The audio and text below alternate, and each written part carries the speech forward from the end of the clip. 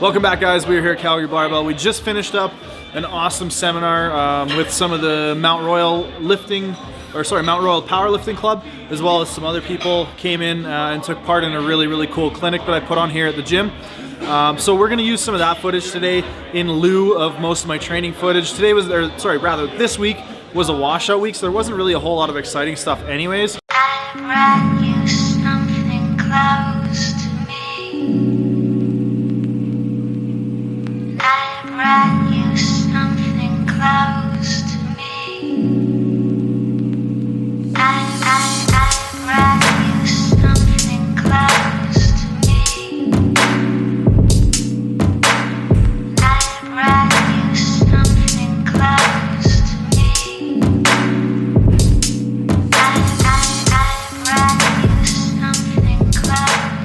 me.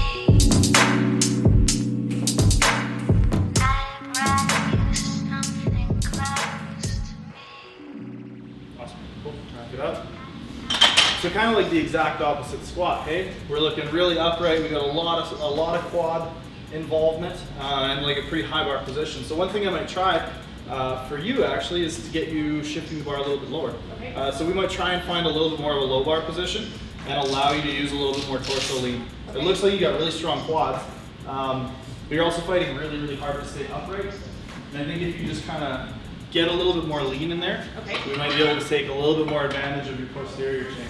Now bar position is something that we can look at it today. We can maybe try to get somebody to change it a little bit, but it's going to be hard to like give you a new bar position, have it feel comfortable like that. It just doesn't really happen like that. To change your bar position takes, probably a good 3 or 4 weeks of getting used to, okay, this is too high, this is too low, this is too lean forward, this is too upright, this hurts my wrist, this hurts my elbows, now I gotta move it in and out. But we're gonna try and take a look and see if we can fine tune some stuff today. So I want you to really bunch up your shoulders. There you go. Now move that bar a little bit further down. Bring your grip in a little more. There. Let's try and get a little lower, almost on the back of your shoulders. There you go. Good, that's it. Awesome. Good. So now when you squat, I want you to focus on keeping those ribs pulled in, and those lats on, and kind of let yourself lean forward just a tiny bit. There. Good.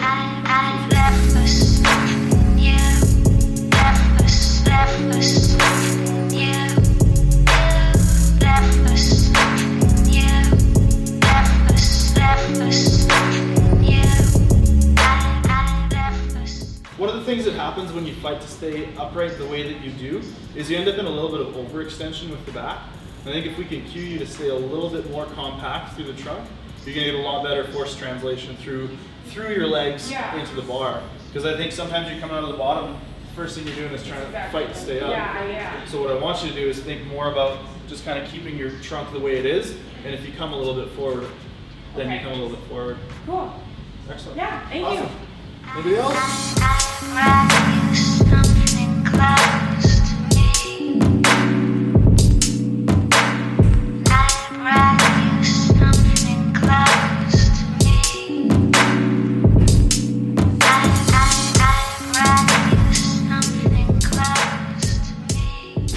Rack it up. Cool. So one thing I'm noticing, Miles, is as you're coming down, you're actually flattening out a little bit. So what I want you to try to do is really cue yourself to like reach up to the bar. I want you to think, especially in that last range of motion, almost like you're going to come down and do a spoto press, like you're going to pause like a one board, but then you're going to bring your chest up the rest of the way. So that very bottom range of motion specifically, we're coming down and then we're almost reaching to the bar as much as the bar is coming to you. So reach your chest up to the bar. There we go. Nice. Chest up to the bar. Beauty. Good. Rack it up. So that to me looked a lot better. Cool. I don't know if you felt a little bit of a difference there? A few more rhomboids and lats engaging. Yeah, you'll feel a lot more stable in your back, and it should help you keep your shoulder blades in position in that bottom range of motion. I feel like I have that kind of limits a few things. Could be too, yeah. Yeah. Awesome, man. Thanks. That looked good. All right, man. You're up.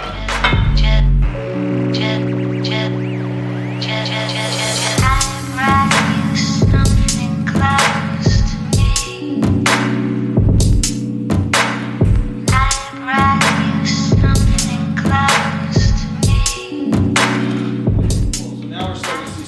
So what I want to see you do is I want to see you a little bit more patient off the floor. Because it looks like you're kind of rushing that first phase, really expecting it to move super fast off the floor. And what I would do is actually kind of slow down the first phase to make sure you can keep your torso angle where you set it and really think about that push to start the lift. So let's go for maybe another 1 or 2 reps. And I just really want you to focus on the push and being a little bit slower off the floor. Okay, so pull in. Yeah. Lots and push. There you go. Push, yes. Good. That's actually a cue I've been using for only a month now, is starting to push more. Good. So it could just be you're getting used to it. Yeah. This leads into one of my deadlift variations that I really like, and that's pause deadlifts. Now you can pause deadlift. You can pause your deadlifts in a bunch of different spots, but where I would recommend 90% of people do it is like this far off the floor. So especially for you, where you're kind of just getting used to that push, this is going to be a really good reinforcement of that push. So when we start with the push, we're going to push, pause, and then we're going to push again. So it's like for each rep, you're essentially getting to start the deadlift twice. Yeah. And you're having to brace that good starting position for an extra count or 2 count or whatever you're doing for your pause. So I find those really useful pause right off the floor. And this might even be something that's useful for Ollie lifters, is doing a pause rep right off the floor. I don't know if you guys implement that at all, but yeah. But yeah, that's something that I've seen a ton of success with my lifters for reinforcing that push cue and starting position off the floor. So I think pause deadlifts would be a really big one for you. But even just slowing it down that little bit, I think we saw better quality movement out of that. So yeah. Sweet. Yeah. Thanks. Cool. So hopefully you guys enjoyed that. Thank you for tuning in. Leave a like, leave a comment, and we will see you guys very shortly.